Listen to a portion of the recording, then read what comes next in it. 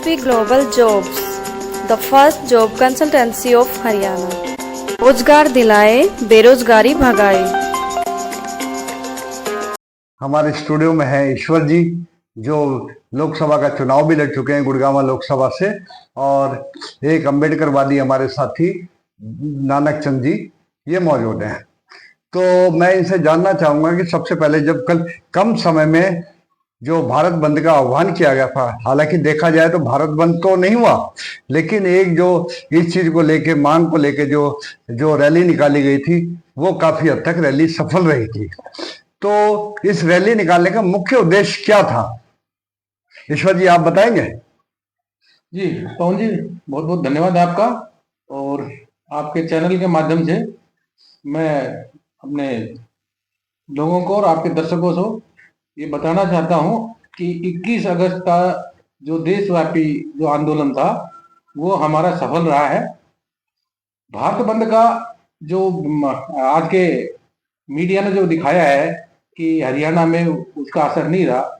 हरियाणा में भारत बंद का नारा ही नहीं दिया गया था, उसमें इलेक्शनों को देखते हुए रोष प्रकट करने का मुद्दा बनाया गया था। और रेवाड़ी में हजारों की संख्या में लोग शामिल हुए और आंदोलन सफल रहा। और एक हम तो ये कहेंगे कि अच्छा मैसेज सरकार को दिया कि भाई ये छेड़खानी, इस तरह की छेड़खानी अगर आप करोगे तो ये होने नहीं दिया जाएगा। तो आपने जो ये एकदम मतलब आंदोलन जो निकाला, जो रैली निकाली उधर से रविदास हॉस्टल से लेकर डीसी को ज्ञापन दिया कि आपने भाई सुप्रीम कोर्ट का जो ये है, सुप्रीम कोर्ट इसको नजरअंदाज कर रहा है, तो आपको क्या लगता है कि कहीं ना कहीं अभी सरकार है इस पर कोई निर्णय लेगी? बिल्कुल, सरकार निर्णय लेगी तो सरकार ये भुगतेगी आने वाले चुनाव में। अभी हरियाणा में तो चुनाव है, बहुत जल्दी ही इस चीज का पता लग जाएगा। असल में पवन जी, ये जो है सरकार है, ये एक खास विचारधारा की सरकार है। ये चाहती है कि जो मजदूर, किसान और जो छोटे जो कारोबारी थे, ये जो सालों पहले जो पुरखे काम करते थे, ये वही काम करें। शासन प्रशासन में इनकी हिस्सेदारी नहीं होनी चाहिए। इसी मंशा के साथ ये सारे सरकारी जो संस्थाएं हैं उनको खत्म कर रही है। आप देखिए, सरकारी स्कूलों पे ताला लग रहा है। और इस तरह से ये सारे सरकारी महकमे खत्म करके कहाँ सरकारी नौकरियां बच रही हैं, कहाँ ये रिजर्वेशन देंगे? तो ये जो है एक सिर्फ भ्रमजाल है। ये हमें आपस में, भाई भाई को आपस में बांट करके लड़ाने की इनकी साजिश थी। और ये 21 तारीख के आंदोलन में ये मैसेज साफ हो गया कि हम भाई भाई आपस में नहीं लड़ने वाले हैं। और ये जो इनकी मंशा अब उजागर हो गई है। और आरक्षण के साथ कोई भी छेड़खानी, किसी भी तरह की छेड़खानी इनको भारी पड़ेगी। तो अभी जैसा कि चर्चा में थी कि भाई भारतीय जनता पार्टी की अगर सरकार रही तो वो संविधान में फेरबदल करेंगे और आरक्षण को समाप्त करने की कोशिश करेंगे, तो आपको क्या लगता है कि इसका मैसेज, क्या इससे भारतीय जनता पार्टी की सरकार को किसी तरह का नुकसान नजर नहीं आएगा? कि वो सरकार कैसे बना लेगी? हमारी मेजोरिटी ज्यादा है, और नेचुरली जब बात आती है कि भाई इसकी संविधान की, तो मुस्लिम जो वोट बैंक है वो भी दलितों के साथ हो जाता है। तो आपको क्या लगता है कि एक बेवकूफी भरा कदम नहीं है कि भारतीय जनता पार्टी सबको जानते हुए एक तरह से मूर्खतापूर्ण व्यवहार कर रही है कि भाई यहाँ की जनता तो बेवकूफ है, वो अपने अधिकारों के बारे में नहीं जानती? तो इस बारे में आप क्या कहना चाहेंगे? मैं आपके इस सवाल का इस तरह से जवाब दूंगा कि अभी हाल ही में लोकसभा चुनाव हुए हैं, और लोकसभा चुनाव में एक मुद्दा खास रहा संविधान का। और संविधान हमने लगभग पिछले 5 सालों से, लगभग 2018-19 से हम BS4 डोर टू डोर कार्यक्रम चला रहे हैं, और ये हमारा कार्यक्रम आगे चलता भी रहेगा।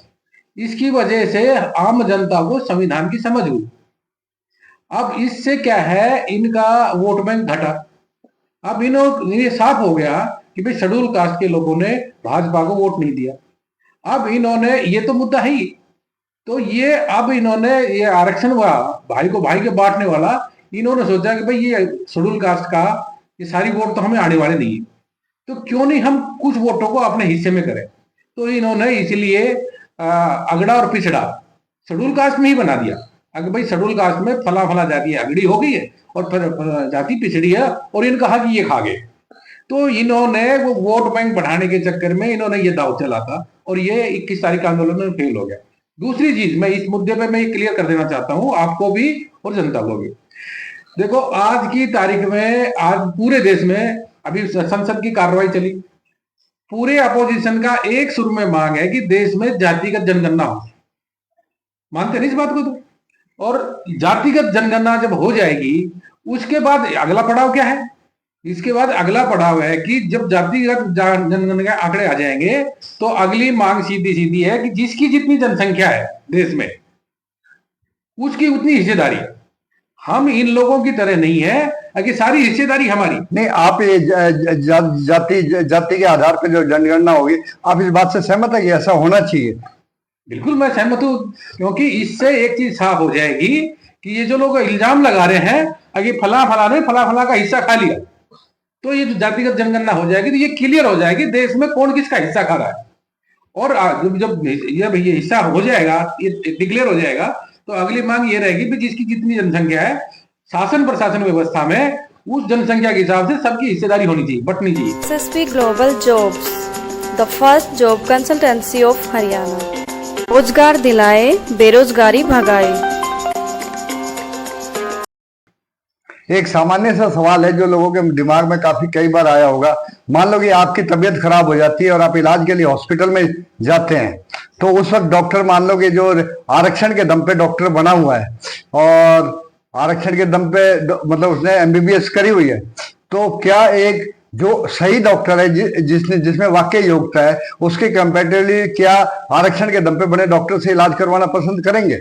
एक सामान्य सी बात है। बिल्कुल नहीं, ये पवन जी, ये मैं आपको क्लियर कर देना चाहता हूँ। इसमें दो चीजें हैं सर, पसंद करेंगे या नहीं करेंगे। हाँ, ये तो मेंटलिटी पे भी निर्भर कर सकता है, लेकिन ऐसा नहीं है कि इसमें योग्य नहीं है, अभी भी उनसे बेहतर भी हो सकते हैं और है। नहीं, बेहतर भी हो सकते हैं उनसे वो, लेकिन गलत नहीं है। लेकिन आरक्षण के हिसाब से आप कहेंगे कि भाई इसने आरक्षण के दम पे MBBS करी है इसलिए मैं इसी से इलाज कराऊंगा, ऐसी कोई मेंटलिटी ऐसा तो नहीं है मेंटलिटी, ऐसा नहीं हो सकता। फिर कास्टिज्म का कहां अनुभव से आएगा वो। इसका हम इससे अंदाजा लगा सकते हैं। अभी हाल ही में एक बहुत बड़ा घोटाला पकड़ा गया है नीट के एग्जाम का। नीट के एग्जाम है ना, आपको पता है उसमें क्वेश्चन पेपर कितने लाख में बिका? काफी लाखों में, 30 लाख 40 लाख में। क्या जो रिजर्वेशन वाले आदमी है वो 30-40 लाख रुपए दे करके क्वेश्चन पेपर हासिल कर सकते हैं? तो जो जनता है ना वो आप समझ रही है कि नकली डॉक्टर से खतरा है। रिजर्वेशन वाला है ना उसके नंबर ज्यादा कम नहीं होते, थोड़े कम होते हैं, लेकिन वो है ना बिल्कुल सोने की तरह टन की आवाज आती है, वो बिल्कुल उसकी मेहनत के नंबर है। लेकिन जो ज्यादा नंबर लेकर के ये दिखाता है कि मैं योग्य हूं, उनका उदाहरण या अभी जो नीट के एग्जाम में जो उजागर हुआ है, और ये खाली नीट में नहीं है, ज्यादातर जो कंपटीशन की नौकरियां हैं उसमें क्वेश्चन पेपर लीक होना, उसमें एक खास लोगों के जो है हाई स्कोरिंग जाना, मेरिट लिस्ट, वो सारी इस तरह के तंत्र से जाती है। नहीं तो एक ओपन मैदान में कंपटीशन हो जाए और फिर देख ले किसमें काबिलियत ज्यादा है। तो ये जो है ये भ्रम फैलाया जा रहा है। अब देखो एक बात करते हैं हम, चाहे अपनी तुलना अपने देश की तुलना हम चाहे किसी से भी करें, चाहे USA से करें, चाहे UK से करें, चाहे यहाँ तक कि हम चाइना से भी करें। चाइना तो बुद्धिस्ट देश है, एक तरह से हिंदूवादी देश ही हो गया, तो वहां भी कास्टिज्म का जो फैक्टर है वो नहीं आता। उससे ज्यादा, सबसे ज्यादा कास्टिज्म का फैक्टर भारत में ही, और धर्म का फैक्टर भी भारत में आता है। मुस्लिम कम्युनिटी है, वो उनके अनुसार तो जो कानून होना चाहिए वो उनके धर्म के अनुसार होना चाहिए। वहां संविधान भी मायने नहीं रखता। उनमें संविधान को आप पढ़ के देखोगे तो दोनों के उनमें अंतर है। उन्हें विशेष छूट भी दी गई है जो मतलब बाकियों को नहीं दी गई, कि भाई अगर बात हम किसी भी तरह इस्लाम के अनुसार है, ये चीज होनी चाहिए, उसमें छूट है उनको, तो फिर हमारे में क्यों छूट नहीं? मुस्लिम कंट्री है ना वो। जी नहीं, ये आप देखो जो ये है हमारे यहाँ इसको रिजर्वेशन कहते हैं। एक्चुअली रिजर्वेशन नहीं, रिप्रेजेंटेशन है। ये डाइवर्सिटी के नाम से दूसरे देशों में भी चलता है।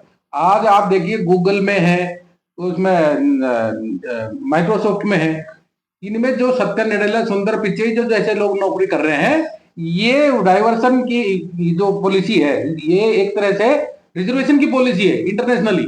उसी के तहत ये लोग वहाँ काम कर रहे हैं और उनको एडजस्ट किया जा रहा है।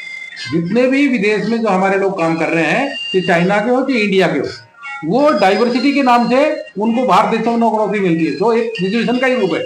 और यही लोग हमारे देश में हमारे यहीं जन्मे हुए लोगों को हिस्सेदारी देना नहीं चाहते। एक और सबसे बड़ी बात, आपको पता है पिछले पास्ट में जगजीवन राम हर मंत्रालय में मंत्री रहे और जिस मंत्रालय में रहे उसमें अच्छा काम किया। उसके बाद बूटा सिंह जी रहे, 8 बार के सांसद रहे, लेकिन इन लोगों ने इनको कभी भी प्रधानमंत्री के लायक नहीं माना।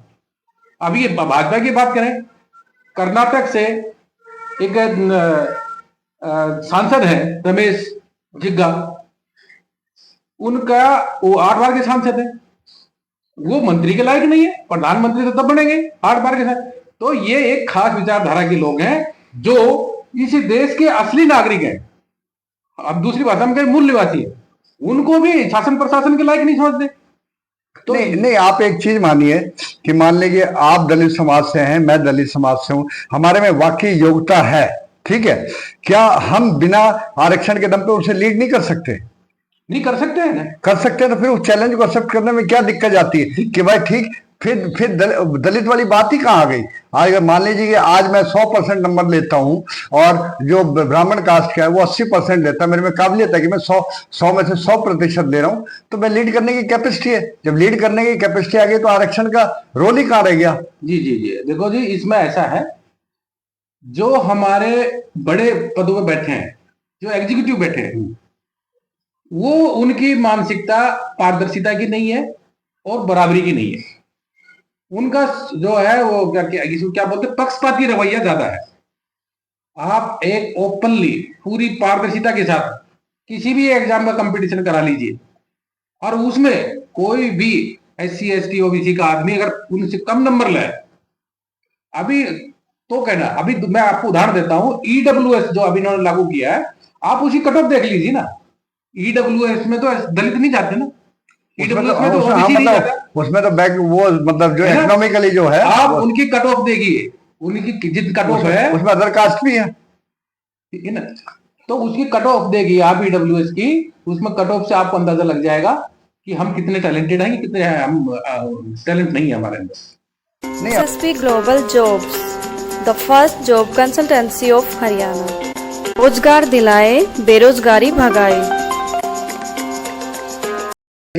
अगर कुछ है करने के लिए तो कहीं ना कहीं समझौता करना पड़े, ऐसा मेरे को कहीं नजर नहीं आ रहा जी। हम तो ये कह रहे हैं, अब राष्ट्रवाद की बात आती है, जब राष्ट्रवाद की बात आती है, मैं ब्राह्मणों को भी पक्ष नहीं ले रहा, मैं ब्राह्मणों को भी पक्ष नहीं ले रहा। ब्राह्मण में अगर योग्यता है तो उसको भी अधिकार है भाई ऊंची पोस्ट पे काम करने का, लेकिन जबरन अगर उसको गद्दी पे बैठाया गया तो उस सीट पे बैठाया गया तो उसको भी उसमें कोई अधिकार नहीं है। और फिर एक चीज है, ये क्रांति के, ये इस तरह से तो क्रांति तैयार होती है ना, नहीं क्रांति कैसे तैयार होती है? आज आपके ऊपर कोई मूर्ख आदमी को बैठा दिया जाए, आप ठीक है उसके वो मूर्ख है, पावरफुल है, आप उसके अंडर में काम कर रहे हो, लेकिन आपको वो रूल नहीं कर पाएगा अगर वाकई आप में टैलेंटेड हो तो। मेन तो आती है कि रूल करने की बात और अपने इसमें आने की बात, भीख मांगने की बात नहीं आती। आरक्षण के दम पे कोई चीज हासिल की जाएगी तो वो मैं उसको सही नहीं समझता। हाँ, फाइट करने की कैपेसिटी है, क्योंकि जब अम्बेडकर जी जब देश आजाद हुआ था 10 साल के लिए आरक्षण किया था, हम 10 साल भी छोड़ो, 10 साल के लिए आरक्षण हुआ, उन्होंने तो 10 साल की गई थी ना, उन्होंने फॉर एवर की तो नहीं गई थी। और सेकंड थिंग ये कि एक मिनट, किसी भी चीज को उठने के लिए एक पीढ़ी का असर होता है। मैं ये नहीं कह रहा कि 10 साल तक आरक्षण होना चाहिए, एक पीढ़ी को सरकार को फायदे में। पवन जी जो है, आप अपडेट नहीं है, देश में बाबा साहब का जो संविधान है उसमें 4 तरह के आरक्षण का प्रावधान है। जिस 10 साल की आप बात कर रहे हैं ये राजनीतिक रिजर्वेशन है। और आरक्षण जो है ना, जब आप इसको आप भीख मत मानिए, किसी का एहसान मत मानिए। ये जो 1932 में जो पूना पैक्ट हुआ, जो अंग्रेजी शासन ने हमें जो अधिकार दिए थे, जो उस समय की कांग्रेस देना नहीं चाहती थी, उस जहां महात्मा गांधी अनशन पे बैठे, उसके बाद पूना पैक्ट हुआ। पूना पैक्ट के दौरान जो समझौता हुआ, ये उन्होंने आश्वासन दिया गया था कि डॉक्टर अंबेडकर को महात्मा गांधी ने कहा था कि आप अपना ये प्रपोजल विड्रॉ कर लीजिए, हम आपको इसके बदले में हम ये चीजें दे रहे हैं। तो अब अगर इसमें आप ई फंड बट लगाते हैं तो ये इनकी मंशा दर्शाता है। ये उस समय महात्मा गांधी ने जो हमारा कम्युनल अवार्ड था उसको विड्रॉ करवा करके ये दिया था। तो इस तरह से 4 तरह के रिजर्वेशन का प्रावधान है। एक राजनीतिक प्रावधान है जो 10 साल का था, जो 10 साल की जो बात करते हैं लोग, वो राजनीतिक प्रावधान है, जिनको आप अभी पिछली साल जो है इन्होंने फिर 10 साल के लिए बढ़ाया है, अगर आप ध्यान हो, ठीक है ना। जो नौकरियों में, पढ़ाई में और प्रमोशन में 3 और अलग तरह के प्रावधान है। और जो नौकरियों का है और पढ़ने का है वो आर्टिकल 340 है जो ओबीसी के लिए है, 341 एससी के लिए है और 342 जो है वो एसटी के लिए। ये प्रावधान जब तक रहेंगे जब तक देश में जातिवाद खत्म नहीं होगा। जब तक जातिवाद रहेगा ये प्रावधान रहेंगे। तो आप जातिवाद और आरक्षण के पक्ष में हैं? जातिवाद इस देश की सच्चाई है। जातिवाद हमारे आपके कहने से जातिवाद नहीं, शिक्षा पर जो वंचित, शिक्षा से जो वंचित रखे गए लोग, वो जाति के आधार पर ही रखे गए थे। नहीं, वो रखे गए थे, वो आज से हम 1000 साल पहले की बात मान आज भी रखा जाए। आज भी जो है, आप जाइए, अभी 75 साल की आजादी होगी, आप झारखंड में जाइए, आप उड़ीसा में जाइए, आप बंगाल में जाइए, आप एमपी में जाइए, जो ट्राइबल एरियाज है उनमें आज भी स्कूल की अच्छी तरह की व्यवस्था नहीं है। शिक्षा 75 संविधान के आर्टिकल 45 में और 21 में 6 पैदा होते ही बच्चे से लेकर के 14 साल तक के बच्चे के लिए शिक्षा का मुफ्त और लालन पालन, जो 6 साल तक के बच्चे के लिए खाने पीने का भी सरकार ध्यान रखेगी। कोई जात नहीं लिखी उसमें, सब जात के लिए है, ठीक है। तो ये जो प्रावधान किया, शिक्षा का मुफ्त प्रावधान किया गया है, वो आर्टिकल 45 में और इसमें किया गया 21 में। सरकार वो मुफ्त शिक्षा का इंतजाम ना करके 5 किलो राशन पे लाके टेक रही है, जो कि संविधान नहीं कहता। संविधान के आर्टिकल मुझे एग्जैक्टली याद भूल रहा हूं 46 है, या उसमें अच्छे भोजन की व्यवस्था की बात की, मतलब न्यूट्रिशियस। जो मजदूर आदमी है वो चावल और गेहूं तो मैनेज कर लेता है, लेकिन वो सब्जी मैनेज नहीं कर पाता है, वो दाल मैनेज नहीं कर पाता है, वो मसाले मैनेज नहीं कर पाता है। सरकारों ने वो चीज देनी चाहिए, सरकारों ने वो चीज नहीं दे करके सिर्फ 5 किलो गेहूं और चावल पे रोक दी ही बात, और इस पे 5 साल की सरकार लेने की लाइसेंस ले लेते हैं। तो सरकारों ने पहले शिक्षा की तरफ जोर देना पड़ेगा। अगर शिक्षित किया समाज को, बजाय शिक्षा तो कास्टिज्म अपना आप खत्म हो जाएगा। जब तक शिक्षा पे जोर नहीं देंगे, शिक्षा का बजट घटा देते हैं, तो आपको अगर सरकारें शिक्षा पे जोर देंगी, जातियां अपना आप खत्म हो जाएंगी। और जब तक शिक्षा सभी लोगों तक नहीं जाएगी, जातियां इस देश की असली सच्चाई रहेगी। हमारे आपके सिंपली झूठे वादे करने से जातियां खत्म नहीं होगी। SSP Global Jobs, the first job consultancy of Haryana. रोजगार दिलाए, बेरोजगारी भगाए। तो फिर अब आपका अगला कदम क्या होगा? अगर सरकार आपकी बात को नहीं मानती है, सुप्रीम कोर्ट अपना फैसला नहीं बदलता है, फिर आपका अगला जो स्टेप होगा वो क्या होगा? अगला स्टेप तो एक तो पड़ाव है इलेक्शन का। हम और मेहनत करेंगे, हम सब अपने SC ST OBC और माइनॉरिटी के लोगों में जाएंगे, हम उनको समझाएंगे, संविधान की महत्ता समझाएंगे, शिक्षा की महत्ता समझाएंगे, और फिर लोकतंत्र को समझाएंगे। लोकतंत्र का जो वोटिंग अधिकार है, ये हमारे देश की जनता को पता ही नहीं है कि क्यों दिलाया और किसने दिलाया और कब दिलाया। हम गांव में गए, हमने पूछा लोगों को, अजी हाँ ये देश जब से बना है तब से है, ऐसा नहीं है। जो पूना पैक्ट है, वहां जब SC को जब वोटिंग राइट मिला है, तो इसका मतलब OBC या SC से ऊपर जितने भी लोग हैं सबको वोटिंग राइट मिला। नहीं तो 1928 में एक संविधान बना था जिसमें ये कहा गया था कि जिसके पास 10 एकड़ जमीन होगी, ग्रेजुएट होगा और 25 साल की उम्र का आदमी होगा, वही वोट डालेगा। अब बताइए अगर वो संविधान रहता, कितने लोग वोट डाल देते।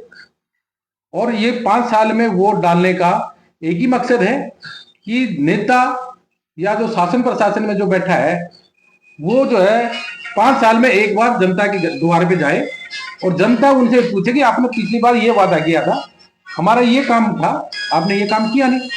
लेकिन क्या है, इस लोकतंत्र को पैसे वाले लोगों ने, रजवाड़ों ने, और जो पीढ़ी दर पीढ़ी जो स्वार्थ के चलते चले आ रहे, उन्होंने इस लोकतंत्र को पैसे की तरफ मोड़ दिया है। अब हम लोगों के दिमाग में ये है कि जिसके पास पैसा होगा वही हमारा नेता होगा। ये गलत धारणा है। ये हमारा जो मजदूर किसान और जो छोटा दुकानदार है, उनके बच्चे कभी भी फिर इसका मतलब संसद में या विधानसभा में नहीं जा पाएंगे। हम ये जो है, जो आपका जो सवाल है, ये जो क्या करेंगे, हम ये करेंगे, हम हर आदमी को नेता बनाएंगे ताकि इन जैसे नेताओं की छुट्टी हो जाए। चलो और क्या मैसेज देना चाहेंगे आप? और हम यही चाहेंगे कि देश में भाईचारा बना रहे, कोई किसी की बातों में नहीं आए। हम पिछड़े हैं, हम जातियों के नाम से पिछड़े हैं, हम शोषण के नाम से पिछड़े हैं। हमारी एक ही जाति है, शोषित जाति, और हमारा उद्धार सिर्फ सरकारी नौकरियों से होगा और शिक्षा से होगा। हम अगर शिक्षित रहेंगे तो जातियां अपना आप खत्म हो जाएगी। कोई किसी का हिस्सा नहीं खा रहा है। अगर हिस्सा हम कोई किसी का खा रहा होता तो बैकलॉग नहीं खड़ा होता, ये लेटरल एंट्रियां नहीं चलती, और एनएफएस नॉट फाउंड सुटेबल, हमारी नौकरियां जानबूझकर खाली रखी जाती हैं नॉट फाउंड सुटेबल करके। तो ये किसी के भ्रम में ना आए। ये अगर सरकार की मंशा सही होती तो ये एनएफएस लागू नहीं करती, बैकलॉग भर देती फटाफट। अभी लोकसभा चुनाव में शेड्यूल कास्ट के लोगों ने नाराजगी दिखाते हुए बेरोजगारी की वजह से इनको वोट नहीं दिया। इनको पॉजिटिव कदम ये उठाना चाहिए था, अभी फटाफट बैकलॉग भर दे, और बैकलॉग इनकी नजर में जो वंचित जातियां हैं उनके लोगों से भर दें। अगर कोई इसका विरोध करे, हम उस चीज की गारंटी लेते हैं, कोई विरोध नहीं करेगा। धन्यवाद, आपने जो है हमें ठीक है नाना जी, आपका और ईश्वर जी, आपका हमारे कार्यक्रम में आने के लिए हार्दिक धन्यवाद। धन्यवाद पवन जी।